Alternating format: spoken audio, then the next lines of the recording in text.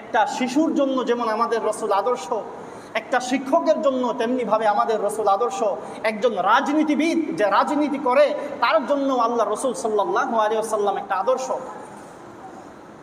যুবক অবস্থায় যদি কেউ ফলো করতে চায় যে আমরা আল্লাহ রসুলকে ফলো করব, কীভাবে রাসূল সাল্লাল্লাহু আলাইহি ওয়াসাল্লাম চলাফেরা করেছেন, কীভাবে সমাজ থেকে বিশৃঙ্খলা দূরীকরণে কীভাবে রাসূল সাল্লাল্লাহু আলাইহি ওয়াসাল্লাম বিভিন্ন পদক্ষেপ নিয়েছেন, সর্বদিক থেকে যদি কেউ রাসূলকে ফলো করতে চায় তাহলে জীবনের এমন কোনো পদক্ষেপ, এমন কোনো কাজ সে পাবে না যে কাজে রাসূল সাল্লাল্লাহু আলাইহি ওয়াসাল্লামকে সে পাবে না।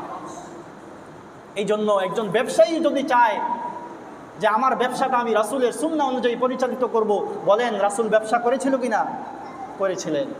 একটা মানুষ যদি চায় আমি গরু, ছাগল, বকরি লালন পালন করে আমি আমার জীবন পরিচালিত করব, এই জায়গার মধ্যেও সে রাসূলকে আদর্শ হিসাবে পেয়ে যাবে।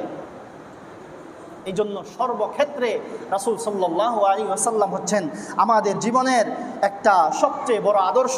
যদি আদর্শকে আমরা গ্রহণ করতে পারি তাহলে আমাদের জীবন হয়ে যাবে ওই সাহাবাওয়ালা জীবন।